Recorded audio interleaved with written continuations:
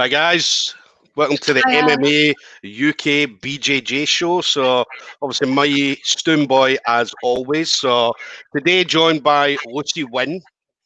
Hi. So Lucy, as we're going to hear over the next kind of period of time, Lucy works for Grappling Insider. So as well as working for Grappling Insiders, Lucy herself is a blue belt. Started jiu-jitsu, as we're going to hear, when she come up through university and things like that. So we'll obviously hear a bit about that. I said working with Grappling Insiders as well. So obviously she writes articles for them. Obviously being in the jiu-jitsu scene, obviously we like to kind of keep an eye on everybody in regards to our competitors. So Grappling Insider is one of our competitors and vice versa. So we like to read each other's stories, I'm pretty sure. So Lucy came up with a fantastic article, which obviously is something that obviously the MMA UK BJJ show wants to touch on this year, and it's all about inequality. So we're going to hear about obviously Lucy's kind of point of view, how the article came about, and things like that. So, yeah, Lucy, thanks very much for obviously taking the time to speak to me. Thanks for having me. How you been? You been all good? I've been all right. I mean, obviously, COVID's driving me a bit nuts, like I'm sure it is everyone, but all that I've been mainly stable. So obviously with the COVID then, so obviously lockdown, what we lockdown number 3 now. So we had the first lockdown back in March last year, and then it kind of we started getting back to normal about July, August time, and then we got shut down again. I think it was October, and then that I'm thinking of Scotland. I know. I think we had a 4-week lockdown as well, like November, I think maybe end of October.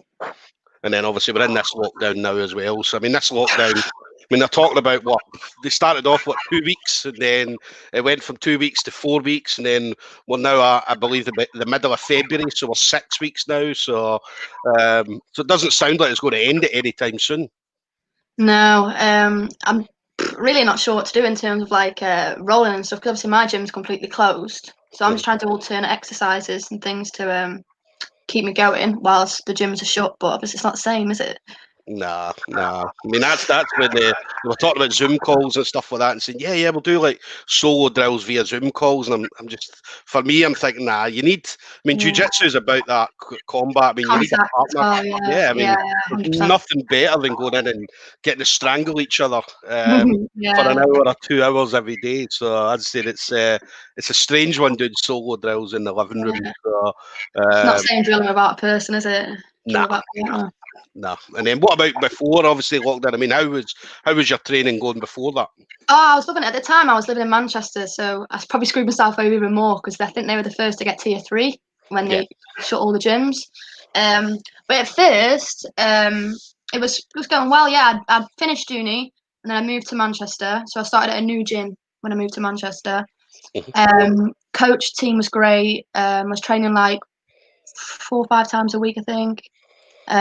Really good, yeah. And then I was applied to do Empire Grappling. They did a comp in Manchester. It was meant to be in the March, and then my coach was going to give me my blue belt in the March for the promotion. Yeah. And then obviously COVID hit, so promotion got postponed, as did the comp, which the comp got moved to September, then it got moved to December, then it got cancelled. So I was just sort of like on a standstill for ages when all the lockdown stuff happened. Yeah, I mean, it's been very frustrating. Anybody that does jiu-jitsu, I mean, because we've been left in the lurch. I mean, as I said, it's other sports are being able to go back and do things, football and stuff like that. And then, but obviously for combat sports in general, not just jiu-jitsu, but I mean, you've got taekwondo, karate, aikido, judo especially. Yeah, I mean, judo especially. I mean, judo. I'm on the judo, almost equivalent to the UK underground, the BJJ underground. So I'm on the judo one as well, and they've kind of been left out. And with them being an Olympic sport, I mean, they've had exactly. Yeah. So yeah. I mean, what about your new gym? So you mentioned obviously being in Manchester. So I mean, how long have you been in Manchester for now?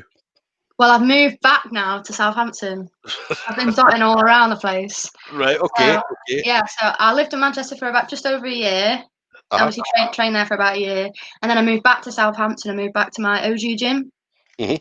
So the one I started off at, but yeah, both gyms are great. Like obviously that's the reason I come back to NGMA because they're brilliant in Southampton. Yeah. But Pietro, do you know Pietro Menga? Yeah, it's his gym, the one that I went to. He's the head coach. Right. He's brilliant. Yeah, both gyms are ace, to be honest. Nice. And then, so when did it begin for you? Because obviously I know it was when you were at university. So what year did it actually begin for you? I think it would have been the end of 2017. I think November 2017. I was at uni and I just broke up with my boyfriend. I just needed something to occupy my time and make me feel good again. So I thought, well, stuff it, I'll try martial art. And then I just Googled like the best self-defense ones. And then jiu-jitsu took my eye. I called my dad about it. I was like, Dad, I'm thinking of starting this. And then it turned out, because I knew my dad was a black belt in some martial art, right? But I never knew what. And then it turned out it was Japanese jiu-jitsu. He did it for about 10 years. I think when he was 17, he got his black belt. And then he went semi-pro rugby. So that's why he packed it in when he was like 22, 23. Yeah.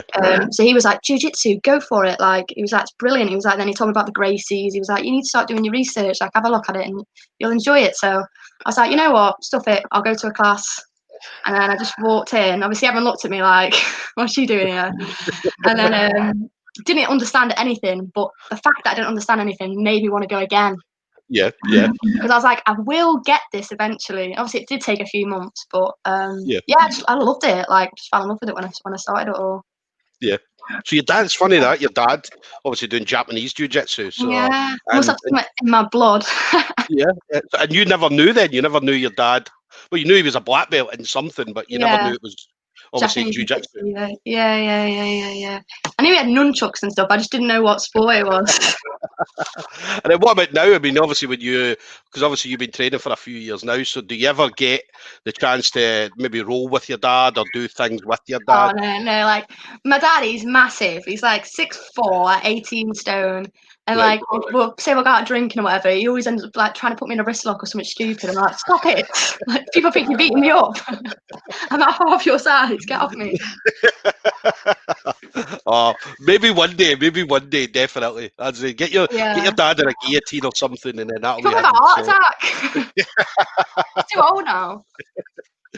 So obviously you then, so 2017 obviously started. So what was your first impressions? Because obviously anybody, and you probably know this yourself, a lot of people when they start jiu-jitsu, it can be completely alien to them in regards to going on the mat and being so close to someone, especially if you're in someone's guard and people are sweating on you, and it's a horrible thing. It's a very, very horrible thing. But what was your first impressions?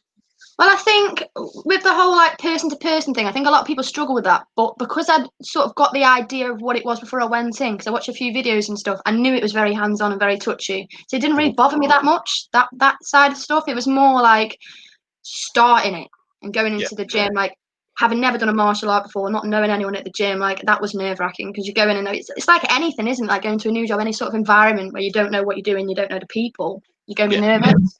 But I was welcome straight away, and like because I was a freshie, like people took me under the wing, and like they could see I was struggling. They'd go over and they'd be like, "Oh, do it like this. This is how you do it," or like, "Oh, to make it a little bit easier, do this."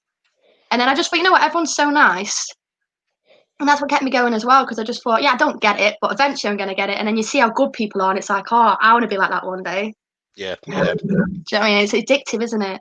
Yeah, definitely. It's good. I always remember my first class very, very similar. I mean, I went in and I remember looking about thinking, am I going to be able to do this? And then, as I say, the first, I think I'd went for a couple of weeks and then I decided, nah, this isn't for me. So I stopped going and then I eventually went back again after a couple of weeks, and that was me. As I said, 7 years later, I'm still doing it. Do you know what I mean? So, and again, I remember obviously going in and, as you said, not knowing anything, and then people kind of taking you under their wing and saying, well, do this and do that. And I was fortunate. I had two good friends of mine, Mark and Craig, are good friends of mine now.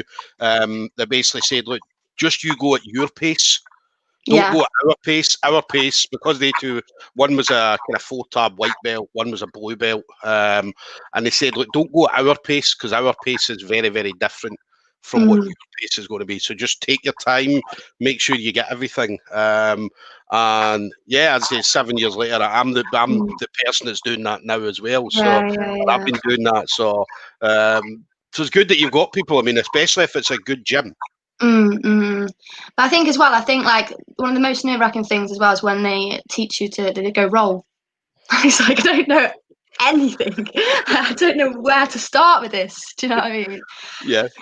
But yeah, I think it's like anything. The more you stick with it, the more you know, and the better you get, and eventually you can roll.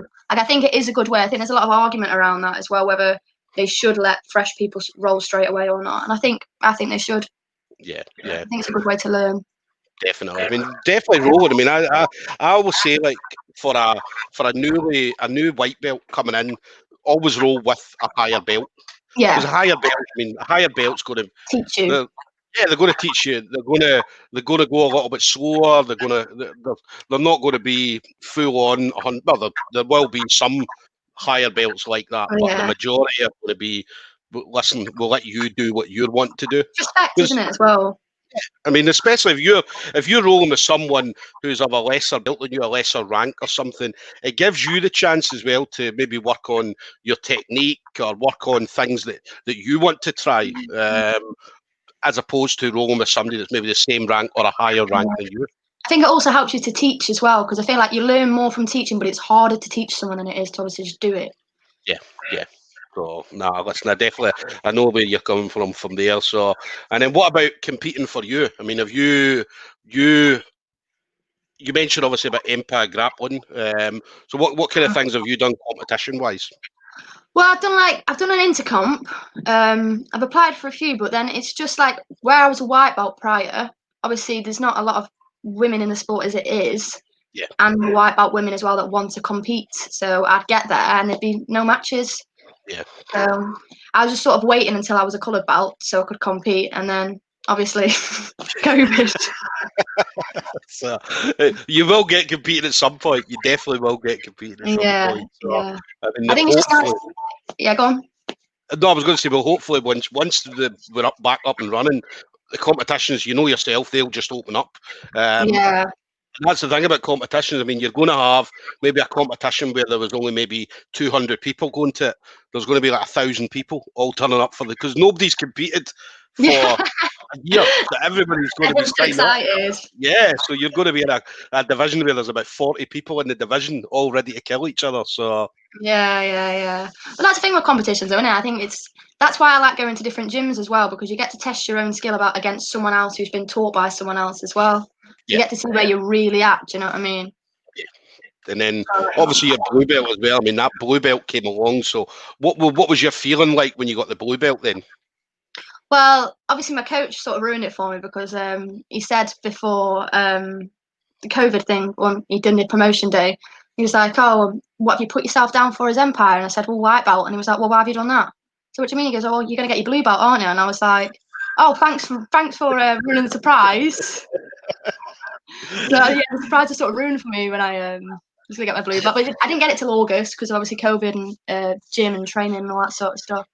But yeah, no, it was really nice. I feel like with your blue belt, you always think that you deserve it earlier than you did. Like I thought I should have got it maybe before I left for Manchester. But reflecting back on it now, I feel like even though I thought I was ready, I wasn't. And I feel like I'm a lot at that level. I'm at that level now. Yeah, I'm still at the start of the blue belt, but I feel like I'm definitely worthy of the title as such. You know what I mean?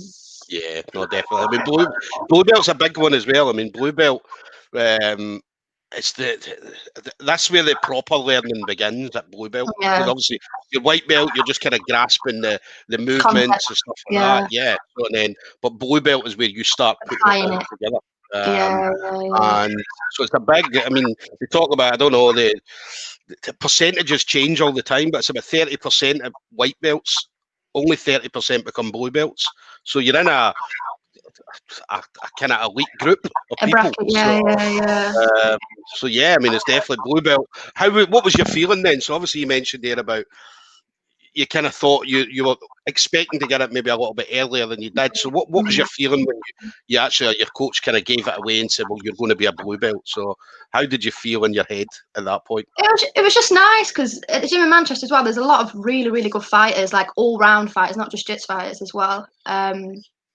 So it was just nice to like be recognised as such. You know what I mean? Like, I think you're worthy of this now. I think you're ready. Because I went there as a 3-stripe white belt, and then I got my 4th stripe. And then it was a few months later when he said, obviously, I'm going to give you a blue belt. But yeah, I don't know. It was just nice. Like, it wasn't like, I wouldn't say it was emotional or anything like that. But it was just quite heartwarming, really. It sort of just reasserted to me that I do know what I'm doing, because I feel like you constantly doubt yourself in jiu-jitsu, don't you? You think, oh, I'm crap. Like you have some weekdays or whatever, and it was just nice, yeah, that it's confirmed to me that I'm doing okay. Nice. So, and then obviously the big talking point then that I wanted to bring up was, and again, you wrote the article about it as well, was the inequality in jiu-jitsu. So, I mean, we were talking off air, and that was one thing I said. Well, obviously, me being a man, I said that inequality is never. I've never seen it, and it's never affected me. But obviously, I know people who have went through certain situations, and it has affected them. So, I mean, what was your kind of thoughts behind writing the article then? I feel like I've spoke to a lot of other female fighters, and there's little things that you sort of think about, and then you're thinking, am I making this up in my head? Like, you start gaslighting yourself. Do you know what I mean? Am I making this up or whatever? And you speak to other females, and they also struggle with the same issues, and it's like, oh, well, would it be nice for someone to write about this and prove to other women it's not just them that thinks this? Do you know what I mean? And I think this article sort of proved that in a way, because there was a lot of women that did agree with the article and say, yeah, I agreed with this point, and this point, and this point. And then there was a lot of controversy with the article as well, obviously, with people saying, oh, that doesn't happen or whatever. But it is what it is. Everyone's got their own individual experiences at the end of the day. I mean, definitely. I mean, it does happen. I mean, we do hear about it. As I said, although I've never personally seen it and it's never affected me, it's something that we hear about all the time.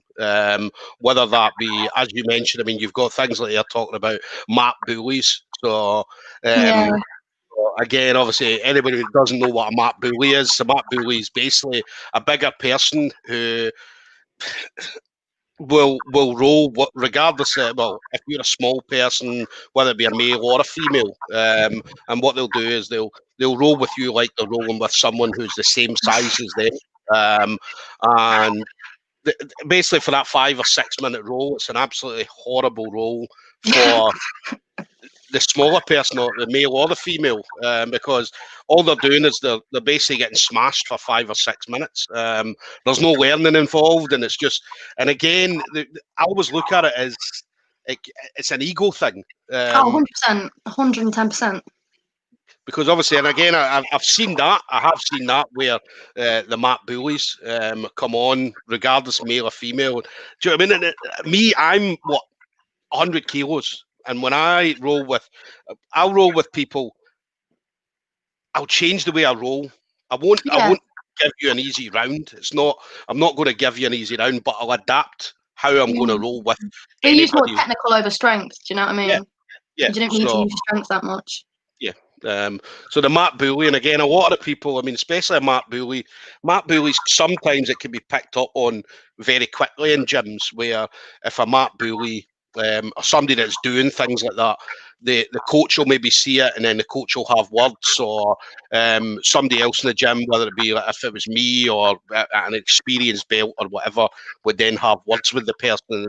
And if it continued, then obviously the person would then be told not to come back to the gym. And in some cases, that doesn't always happen, because the mat bully can be the coach. It could be one of the coaches. It could be a friend of the coach and things like that. So it doesn't always happen when a mat bully gets thrown out. So, and it's partly the reason. I mean, I said, I kind of thought about this, and I mean, I would say that's partly the reason why the fallout rate or the dropout rate at white belt, between white belt and blue belt, can be so high. Yeah, it does make a connection, isn't it? Mm-hmm. So that's where I definitely feel that could be a connection, and I mean, it's horrible. I mean, it's definitely horrible. As I said, I've been on again, I'm only 5'4", so I've been thrown about as well by people bigger than me. And I said it's definitely not a nice situation to be in. Well, that's the thing with mat bullies, though. Like you were saying earlier, like you don't learn anything. That's what the annoying thing is. Like, yeah, so what? You can pin me down. I'm trying to escape. You're not letting me escape. Yeah. We're not doing anything. We're not doing jiu-jitsu here. You know, what is the point? Yeah. Yeah. So that's something. I mean, how would you, obviously, your opinion, how would you go about changing that? So what would you try and implement to maybe change that? Or is that just something that, unfortunately, is part of what we do? I feel like, unfortunately, it is part of what we do because there's so many different people and so many people like that do the sport. You are going to get these different characters and you are going to get the wrong guns as such, do you know what I mean? And the people with the ego problems. But I don't know, maybe there should be like a strike system where, I don't know, if anyone thinks that you're being, or maybe an anonymous submission, I don't know, like submit anonymously if you think someone's behaving wrongly at the gym or using their own power or whatever. But I don't know, it's quite a sticky one, isn't it? Because it's like, well, would people just say things about people they didn't like to get them out of the gym, or it's just sort of an awkward one how you go about that. I think it is more just keeping an eye on people. But I think the problem is as well when you get visitors. You get visitors that have never been to the gym before, they come to the gym and then just try and batter everyone by flattening them, do you know what I mean? And you never see them again. So what can you really do about that situation? Yeah. Do you know what I mean? I mean, it's something, I mean, I'd say that I know from obviously gyms that I've been at, the gym I train at just now, we see it. If we did see it, should I say, then what we do is we usually pick up on it, the coach picks up on it, or one of the other coaches, professor, somebody always picks up on it. Yeah. I mean, a lot of times, mat bullies is usually dealt with by other students, where they'll be like, well, they'll see it and say, well, do you know what? He's rolling with me next, and then we'll see what happens, and vice versa. Then for the rest of the training session, they're going to have some very, very horrible rounds if they did see it. So. Yeah, there was a guy when I first started off. I think maybe I was like a 1-stripe white belt. I can't remember. I was proper freshy. And this guy, never seen him before, he'd come in the gym. I think he was just like a visitor, then people that just show up randomly. And he was a blue belt. And he went to roll with me, and I was like, oh, cool. Because I like rolling with the high belts, because like you said, they help you, they teach you, do you know what I mean? They give you a bit of an easier ride, essentially, when you're new. And I went with him, and then I remember he had a choke on me, and I was trying to get it off, and I looked down, and I was off the floor. He had me in a stand-up guillotine, and I thought, is anyone seeing this? And it turned out a few people in the gym saw it, and my coach did, and my coach at the time, I think he rolled with him and sort of sorted him out, but he was just sort of like, that's not acceptable. Yeah. I mean, not that. Yeah, I mean that's absolutely ridiculous to do something like that. And that's something you do see that. I mean, as I say, unfortunately, that's part of jiu-jitsu. Yeah, but it's ridiculous that anybody, because jiu-jitsu, I mean, it's all about respecting your opponent. Yeah, 100%. That's why I was so confused, because it's like I'm not even a threat. I've got like 1 stripe on my white belt. I'm clearly brand new to this. Yeah. I mean, I'm this tiny woman, like. Yeah. No, it's definitely not acceptable. And I'd say that's something that I'd say a lot of gyms, I'd say, unfortunately, don't pick up on it. There's quite a few gyms out there. A lot of gyms are kind of self-managed, so they're self-police. So they'll kind of watch out for that. And as you said, obviously, the coach will have a role with the guy and kind of sort them out as well. So and make it clear that it's not acceptable. But it shouldn't be. I feel like it definitely does come down to an ego thing, like you mentioned earlier, though. Like, it's just proven to themselves more than anyone, isn't it? Yeah. I mean, that's the thing. I mean, these type of people, though, these are the type of people that will never make it to black belt. I mean, if you look and again, I've trained with a lot of people over my time, and there's been a few people where they've been that type of person, where they've been a gym bully, and I think, well, I can think of 3 guys off the top of my head that no longer do jiu-jitsu now. So they've never made it past blue belt. And purely because of the ego things come in, and people have kind of noticed it and said, well, look, we'll roll with you. So every single role they have from then on is going to be a very, very difficult role. And then they end up giving up themselves. Yeah. But So I think like anything, like any sport, you get them people though, don't you? yeah, It is what it definitely. is. Yeah. And then obviously you talked away as well about in the article about avoiding predators. So yeah, I mean that's yeah, I have seen that. Yeah, I've definitely seen that.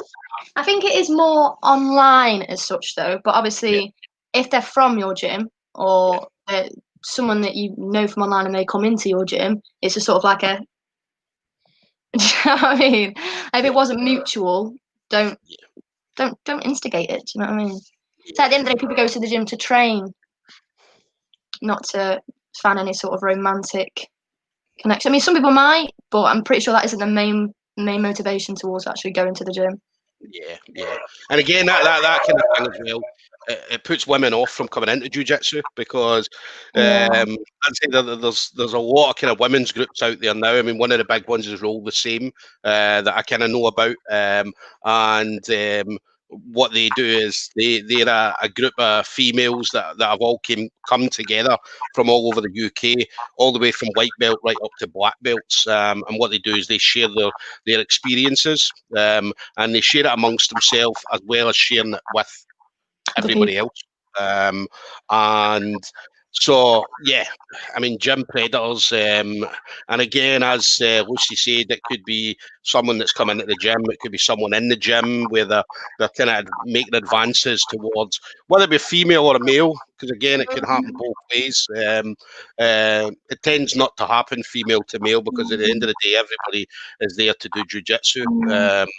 But and also online as well, whether it be through social media, so obviously like Facebook Messenger, Instagram Messenger, and text message, WhatsApp. So, and as I said, it's making advances towards them that is unwelcome. I like the way you put it. There's nothing wrong with shooting your shot, but if it's not the same vibe, then obviously leave it. Save awkwardness. It's true. There's nothing about. I think as well. Where I've spoke to the girls in the past. I think it's more when people have like shot the shot on Instagram or whatever, and then they've gone into the gym or they've gone into a gym where a person that's tried to contact them, or whatever, has been a bit rude or a bit crude. They've actually come face to face with this person in real life for the first time, and it's like, I don't know with you. Yeah. You know what I mean? Like, get away from me. And it's a thing, but like you said, because it could potentially put women off jiu-jitsu. People don't want to talk about it because they're like, we haven't got enough women in jiu-jitsu as it is, so let's not bring out the problems as such. Yeah. But then I think there's something a bit wrong with that, to be honest, which is why I felt the need to implement that bit in the article, because I was questioning it whether not to. Then I was like, you know what? It's not just me that thinks this, so I'm going to throw it in there. It is. I mean, there was one, the story that came up, was it last year? I think it came up, was it Claudia Duval? Yeah, so obviously the big story that came up was obviously the kind of the abuse that she received. Obviously, she came out with her experience and the abuse that she got through not just people from the gym that she trained at, but the jiu-jitsu community as a whole. Was absolutely horrible abuse, some horrible abuse that she got. And everyone said, because she had to, I think I've read some stuff as well as did you watch the interview she did? No. Yeah, she did an interview and that she goes into a bit more depth about it all there. And she said how she lived opposite the gym. And obviously her wanting to leave the gym was questioning everybody because they were like, well, you live opposite the gym, so. Yeah. You know, it's not even like you could make up an excuse and say, oh, it's a bit too far for me, I found somewhere closer. Or she had a really, really tough time. And I'm glad she's still in the limelight and still at the level she's at, you know what I mean? Definitely. But that kind of the abuse and stuff like that she got, I mean, that as well, I mean, that would disgusting, absolutely disgusting. Yeah, I mean, it would make, and again, I'm pretty sure obviously a lot of kind of female jits practitioners that have maybe went through similar kind of situations, it would make them think twice about coming out with it or mentioning it. And as you said, having to then change gyms and then making up a reason, especially if Claudia's living across the road from the gym or very, very close to the gym, what kind of excuse or what reason do you get? Or do you have you've got your teammates as well, and especially when you're at her elite level. Like she was basically brought up through Dalahiva's gym, I think, and he trained her to the level that she's at now. So she feels like she owes him and all the training partners so much. Yeah. To then have to like want to leave the gym for your own sanity, and do you know what I mean? Not be able to, like, that must be horrendous. Yeah. It was definitely Yeah. a very, very bad situation she went through. So it was a horrible thing. And I remember, again, speaking to a few people when it did come out. And as Claudia's, her experience is, it's not rare. I mean, that kind of thing happens throughout combat sports. Well, it's the workplace, isn't it? Like, things like that happen in the workplace. It shouldn't happen, but they do happen. Yeah, but I think when people come out and talk about these things, instead of being like so anti, like, no, that didn't happen, or oh, that doesn't happen, just need to accept the fact that that has happened, and that will continue to happen, but you need to try your best to make sure this stuff doesn't happen. Yeah. Do you know what I mean? And I remember Claudia, and like someone like Dalahiva, someone as big as him, you wouldn't think he'd ever try and put himself in that position, especially with someone as big as Claudia Doval. Do you know what I mean? Yeah, and he made it worse as well by then banning all women from the gym. So he just, yeah. I mean, that was again, he was talking about so that this kind of thing doesn't happen. I refuse to train women going forward. So just to stop myself from potentially. I don't know if it was that, but the way he kind of put it out was, obviously she's lying, and so to save anything like this from coming up again, what I'm going to do is I'm going to stop women. So it was more the way he was coming out was he doesn't want another woman making up lies about him. So to stop that from happening, I'm not training women ever again. So it makes him look a bit more guilty, I think.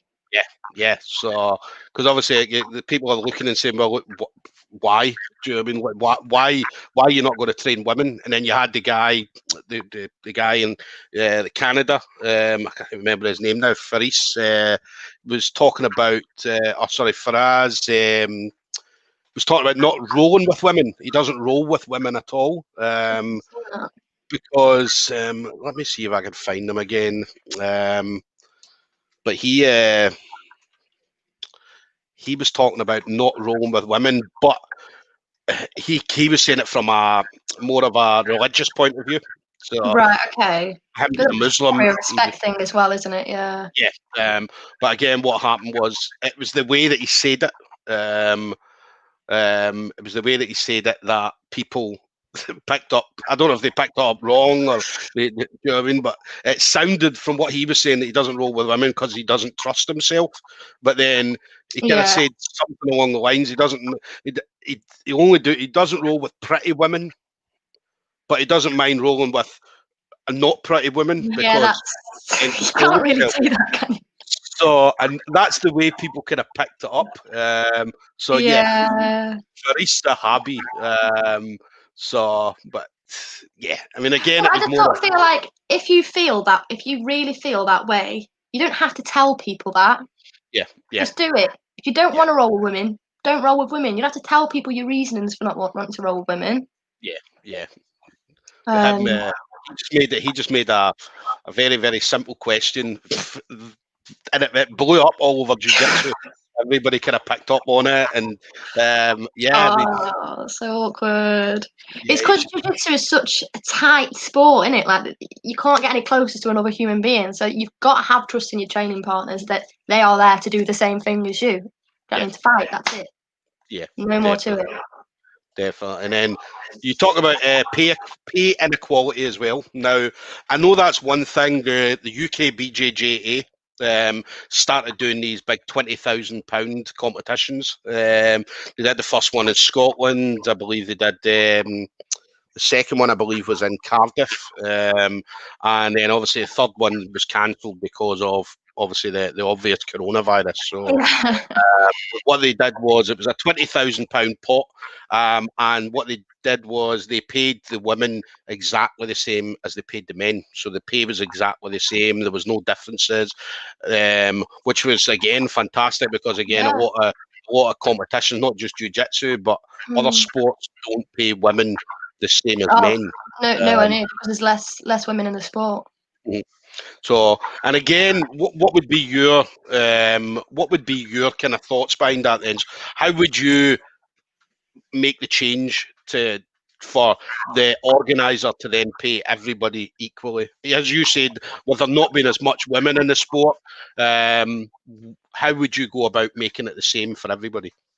Well, let me just check, because there was a comment I got on Reddit the other day, and it said, I can't remember what country it was in. There was a country, and I think they pay like a set amount, or they have to have a certain amount of women on the fights. Let me try and quickly find it. Probably won't be able to find it now, my luck. Yeah, I can't find it. But anyway, the way I'd do it is, I just think, like, regardless, if you're doing the same job, why aren't you getting paid the same? Yeah. Do you know what I mean? If there's a black belt woman having a fight with another black belt, why isn't she getting paid the same as the black belt male fighting the black belt male? Yeah. I mean, it's basically just as both as hard, because they're both in the same weight, I presume, if it's not like an open weight. I just think it's silly, because it's like, with football, you could argue that women footballers, people say, oh, they're better or whatever, but they get nowhere near as much money. But that's purely on the fans. I mean, because so many fans for mainstream football, they put all the money in, which is why these footballers get paid massive amounts of money. Female football, not that many fans, so they get paid less, which makes sense. But with jiu-jitsu, if you've got the same crowd, why does it matter? Yeah. Do you know what I mean? Because it's not like you're only going to have women interested in watching women fighting. You're going to have men and women both interested in both sexes. So it's like, to me, it just doesn't make sense as to why women don't get paid the same amount at the same level. Yeah. And that's one thing, I mean, especially jiu-jitsu. I mean, jiu-jitsu can lead the way for all sports to kind of follow suit. Because as I say, there's a lot of kind of sports. I mean, you watch, as you mentioned, football, tennis is a big one as well, where the women are paid less than half of what the men are paid. You've got it in various other sports, snooker, darts, or whatever sports, and it tends to be where, women are always paid less. And as you say, they do the same job. And in some cases, I mean, I've watched... do a better job. Yeah. So look at Fionn and Magdalena at Polaris Squads. Yes. It was like one submission under 5 minutes from both teams, and then Fionn got that submission. She had a 10-minute fight, and she still managed to get it under the time limit, the subs. So it's like, do you know what I mean? You mentioned that as well, yeah. So you mentioned that in there, saying Fionn and Magdalena, obviously being in the Polaris squad. So, and yeah, I mean, I said I've been at the Europeans. I went to the Europeans, and I've seen a lot better women fights than I've seen men fights. I'm not gonna lie, I wouldn't mind watching. It probably would never happen, but men and women fight. I think that'd be quite interesting, because I mean, there's some women that can proper kick ass. You know what I mean? So I think that'd be interesting to put men and women together, and then obviously same prizes, but I think there'd be all sorts of different issues with that. So yeah, that's not the best idea to be throwing out there. Yeah, that would probably bring up a few other questions in regards to that. But, I mean, never say never. It could happen. There could be an absolute division, maybe not an absolute, but there could be a kind of split divisions and things like that. So maybe in the future. So and then pay inequality. As I said, it's definitely something. I know that there's a few kind of organisations out there in jiu-jitsu that are paying women exactly the same as men, and I know that other ones are kind of following suit. So so it's good to see. I mean, as I say, certainly jiu-jitsu definitely doing our thing to kind of make sure that women and men are paid exactly the same. And as I say, they definitely should be. There shouldn't be. I mean, jiu-jitsu is one of these things. I mean, they always say that we don't care what religion you are, or what sex you are, or what, I mean, anything, what nationality. While you're on the mat, I mean, everybody respects everybody, and everybody's exactly the same. So why should that be any different when it comes to money as well? So yeah, exactly. But also, I think women aren't, because there's not that many women in the sport, they're not given as much opportunity as such. Do you know what I mean? Like, you watch the BJJ fights, they are usually all male fights. Maybe they'll have one female fight thrown in there. And it's like, well, this is why. Do you know what I mean? There's not that many women in the sport, because it's not being pushed. It's not being shown that, look how, like MMA now is a lot more equal, I'd say, because you do see 2-3 female matches on there whenever on UFC Fight Pass and stuff like that, on UFC matches.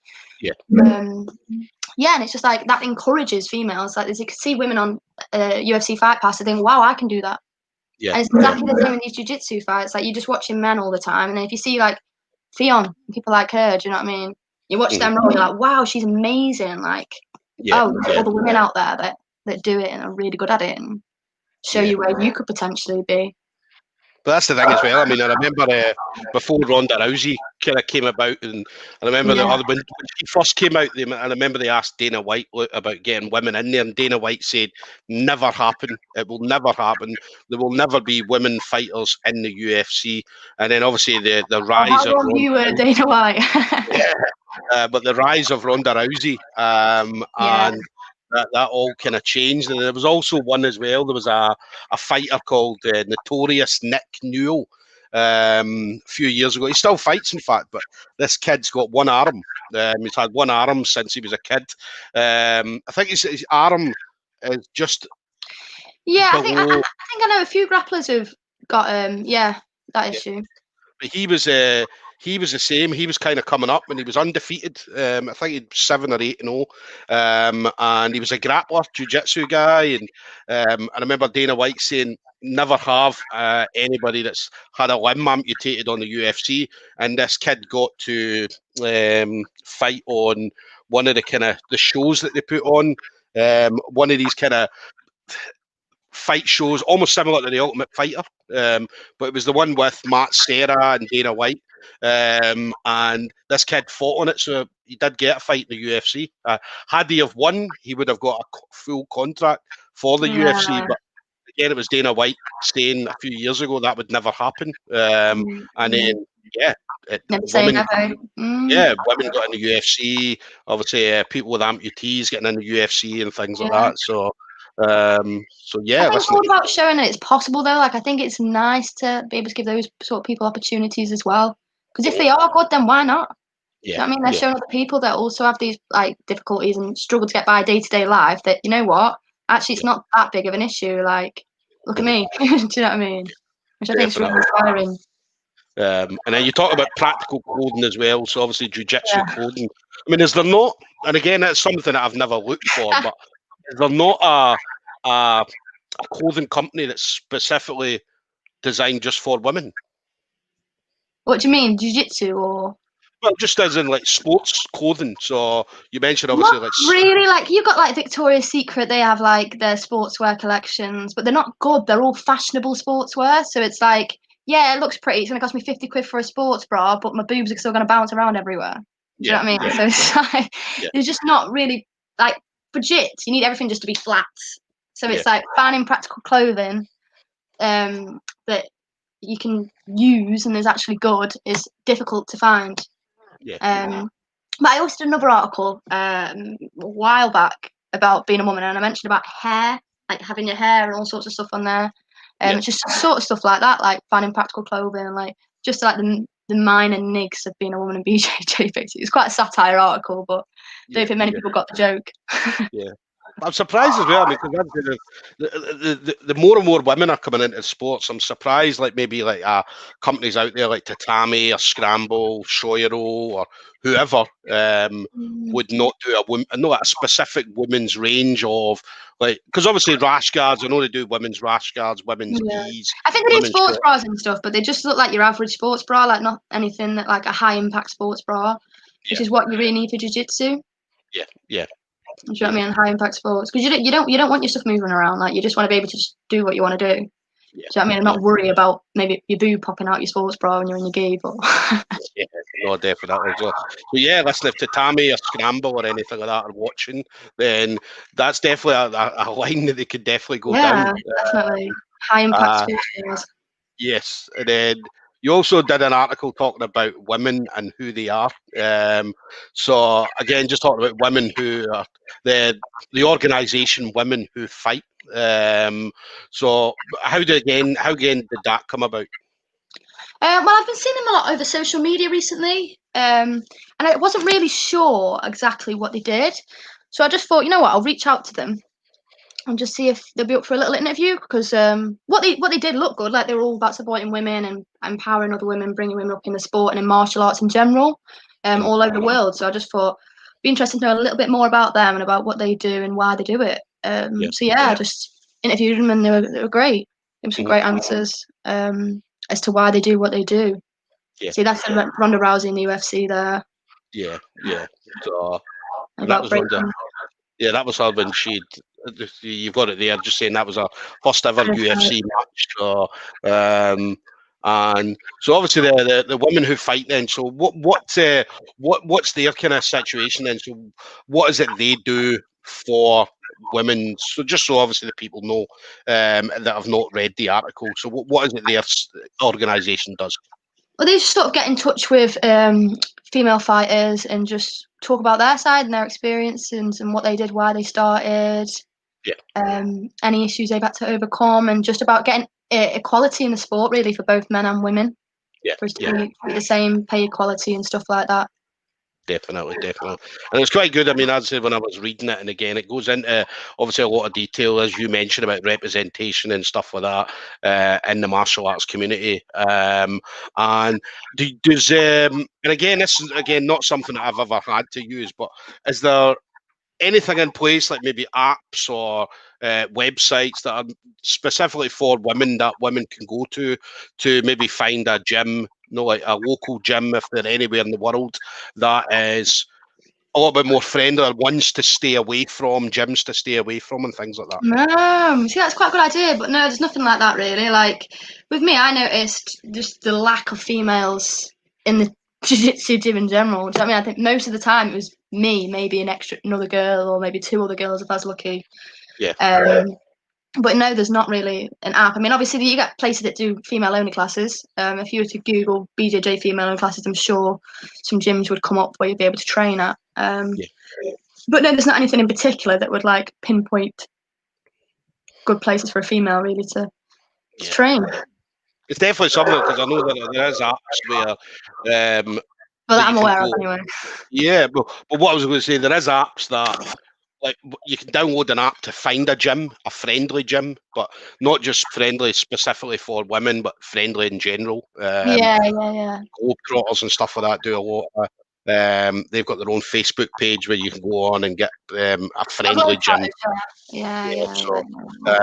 I know what you were saying as well about the female only. I know that in Scotland, was it a couple of years ago, they did a female only open mat, and there was women came from all over the UK. Now it was on a Sunday in a place in Scotland called Fife.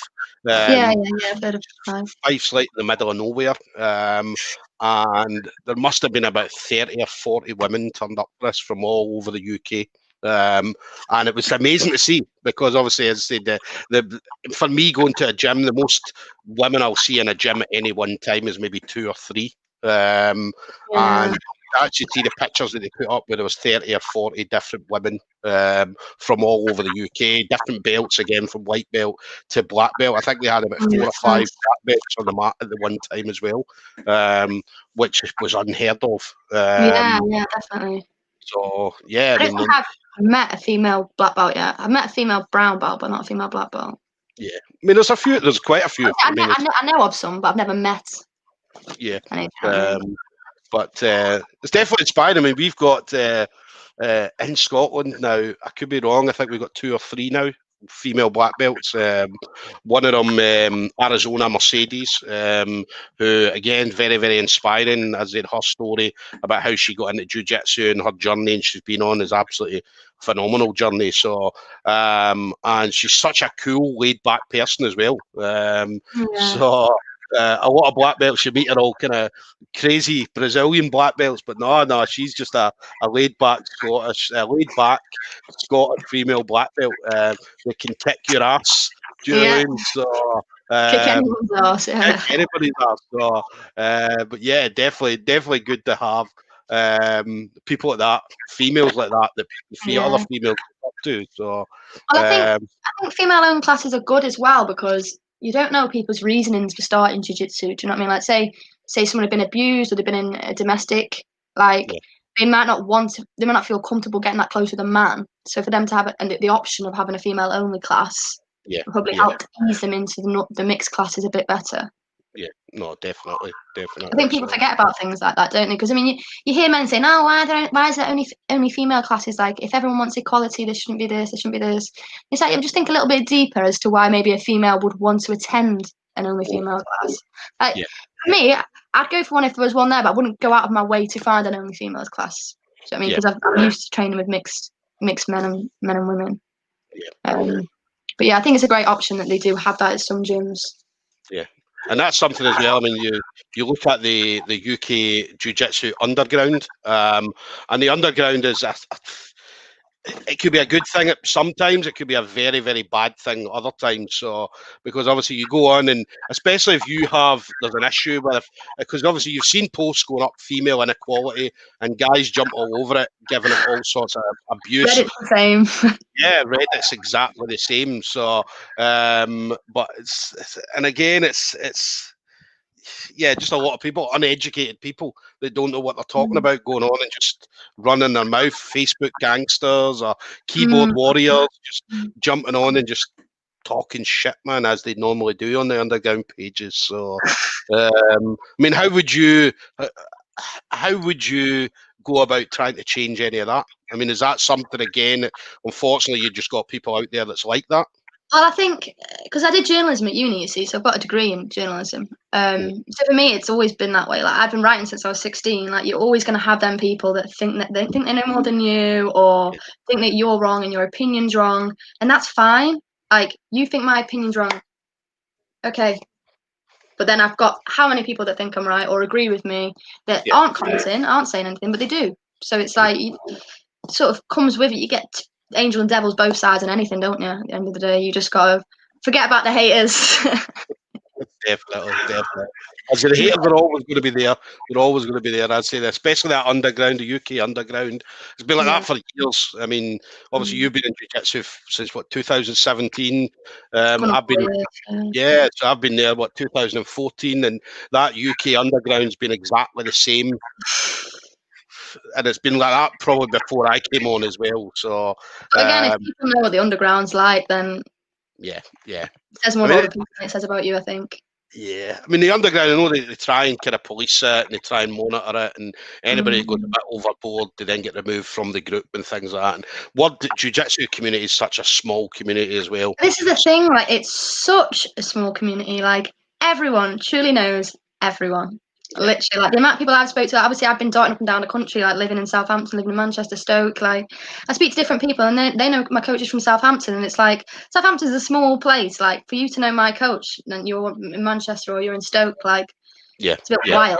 Do you know what I mean? Yeah. Like, it's just such a tight knit, small community, which I think is also at times why you don't want to like annoy anyone as such. You know what I mean? Yeah. Now listen, annoy away, because people, fucking all these guys on the UK underground page are annoying everybody with their stupid comments. So, I mean, there doesn't seem to be any kind of filter on that underground page or on Reddit and things like that. So, it's just like a lot of the things they say just doesn't make common sense. And especially when I posted that one, the majority of the comments were from men, and it's like, have you got a voice in the situation when this is literally a woman talking about her experiences? Yeah. I mean, I wouldn't do that to a man. I wouldn't, if a man's talking about his experiences in a female-dominated environment, I wouldn't then say, "Oh no, that doesn't happen," or "You're wrong." Yeah. My opinion's irrelevant, really, isn't it? Like, it does. I mean, a lot of the comments were exactly as you said. It was men coming in and saying, "Well, that doesn't happen," and then, but again, as you said, you were looking at it and thinking, "Well, how would you know? How would you know it doesn't happen? Because it's never happened to you, or you've never seen it happen. It doesn't mean it doesn't happen." So it's like anything, though. It's like, I think it's just educating people, especially with like all the race stuff and stuff going on now. It's sort of explaining to people, like, just because you're not affected by it doesn't mean that it doesn't go on. Yeah. You know what I mean? Definitely. Just because you're not part of that minority. Yeah. And then what kind of things then? So in general, for women's inequality or inequality in general, I mean, how would you go about trying to change anything? What, me personally? Yeah, I mean, maybe not just you, but how can the jiu-jitsu community as a whole, how can we go about changing it? I think we should welcome welcome a lot more women, because I think that'll give us more of an even playing field. Do you know what I mean? Because women aren't getting the recognition because there's not a lot of us, and there's not a lot of us at high level. But as time passes by, there'll be more and more women that will join in, and that will be high levels, and there'll be more and more high level women that can go and do the fights and go get more money and create more exposure for the sport. Because I think that's what everyone wants at the end of the day. We want more exposure for jiu-jitsu. We want the fighters to be getting paid better. We want people to know what the sport is. And I think by adding more women into that, you're definitely opening up that market. Do you know what I mean? Yeah. Because it's difficult watching jiu-jitsu as well, which is why I think people say it doesn't make that much money as such. Because unless you do it and you understand it, watching it is going to mind boggle you. Yeah. It's probably like MMA fights. If you're an MMA watcher and then he goes down to the ground, you don't really know what's going on if you don't do the sport, do you? Definitely. It can be very boring. I mean, I've had it. My wife came and watched me when I've been competing, and she sat there all day to watch me have 3 fights or something, and then I'll come off and she'll be like, no idea what happened. No idea. But she'll shout the time. So she'll always shout the time. Shoot, there's like 2 minutes left. Do you know what I mean? And you're like, right, okay, I know there's 2 minutes, but thanks, coach. but she's like, I watched that, and that was the worst day of my life. So, but no. It's horrible to watch for anybody that doesn't know anything about jiu-jitsu. So, I don't know whether there's a way they could maybe go about explaining things before the start of a match. I don't know, like just brief points. Like if you see someone in this position, they're winning, or if do you know what I mean? If you like, just these are the winning positions. So if you see that person, you know who's winning. I don't know. Like I think they need to create more of a way to describe the sport to people, newcomers that don't do it. Yeah, I just say to my wife, if I'm on top, I'm winning. That's it. I'm winning. If I'm on top, if I'm on the bottom, I'm getting beat. So, and then what about you then? So obviously the future for you, because obviously you do the writing for the Grappling Insiders. I'd say some fantastic articles that you guys put out. So what's the future like for you then? So what have you got planned for you once we get all sorted out with the lockdown and so on? Well, I mean, hopefully I can compete. That's like the main thing that's bugging me, to be honest. Obviously, get back to training. I miss training loads. But yeah, competing. I mean, I'll still be writing. I write for Jits Mag as well. I'll probably still be writing for them because obviously I'm a writer. So it's great to be able to combine like 2 passions together, which is my writing and jiu-jitsu, and just be able to do that. But yeah, hopefully more comps and more fighting, and more great fights to write about. Definitely. Well, there's definitely going to be. I mean, I'd say once these competitions open up again, I mean, we're going to be busy. We're going to be very busy. Obviously, not just out there competing, but obviously writing about it or doing articles. Doing videos and things like that with all the fighters. So we're going to be very, very busy once this all kicks off, and we're looking forward to it. I'd say that a lot of people I've spoke to over the last kind of 9 months, it's always been, look, how's your training going? And they're like, well, it's not. And you're like, well, that's like half the conversation gone. So it's just when it's so stop and start. I think that's the thing that's annoying me the most, because it's like, right, tell me I can't train for 3 months and then I can train afterwards. Just do that. I'd rather know than be like, right, okay, we're going to lock down for 4 weeks. It might be 5 months, and then we're going to let you out for 2 weeks, and then we're going to lock it down again for another 6 weeks. And it's like, screw you, Paris. Just give us a date, man. We're ready. We're ready to go. Give me a date and a time, and just let me roll. Yes. And then last thing for you then. So anybody you want to thank, as it's been a few years you've been in the game, but anybody you want to thank that's helped you along the way? I'd like to thank Rachel and Alice at NGMA, the owners there, and my coach Łukasz Szlarecki, and also Pietro Menga and Dre from One MMA in Manchester. They're the head coaches there. They're absolutely fantastic, great set of guys, great teachers. Would recommend anyone go there if you need to train in Manchester.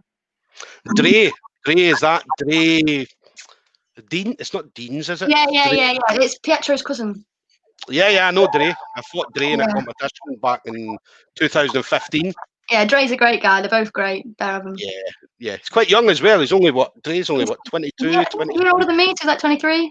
Yeah, so I thought Dre was way older, to be fair, when I first met him. But no, I remember Dre. I'd say Dre. I fought him. I think he was 18 at the time. He's a purple belt now. Purple belt now, yeah. Blue belt back then. Yeah. And we fought in a competition. He was very confident.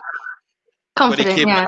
Yeah, he came in and he was he basically came over and we were standing waiting to go on, and he came over and he's like, "Are you all in this division?" And we're like, yeah. He's like, "I hope you don't think you're winning a medal because I'm winning everything." And you're like, yeah. That's great. Love that confidence. But really nice guy. Him and his family. I remember talking to his family after it as well, and a really nice family. So yeah, nice people there. Nice people. Yeah. So. And just thanks to everyone at my old gym in Manchester, to be honest, because everyone there has just been amazing. Made some great friendships. Considering I was only there for a year, like they really welcomed me in. Like they got me doing like helping out with the kids MMA classes and stuff like that. Like great. Not a bad word to say about that gym. Nice. But no, listen, it's been an absolute pleasure to talk to you, Lucy. As I said, thanks for taking time out on Sunday afternoon to have a chat with me. So if you ever find yourself in Scotland, then give us a shout. As I say, definitely come in and get some training. I'd say there's no idiots in my gym. So yeah, listen. What gym do you go to? What's it called? It's Marcus Nardini MNBJJ. So cool.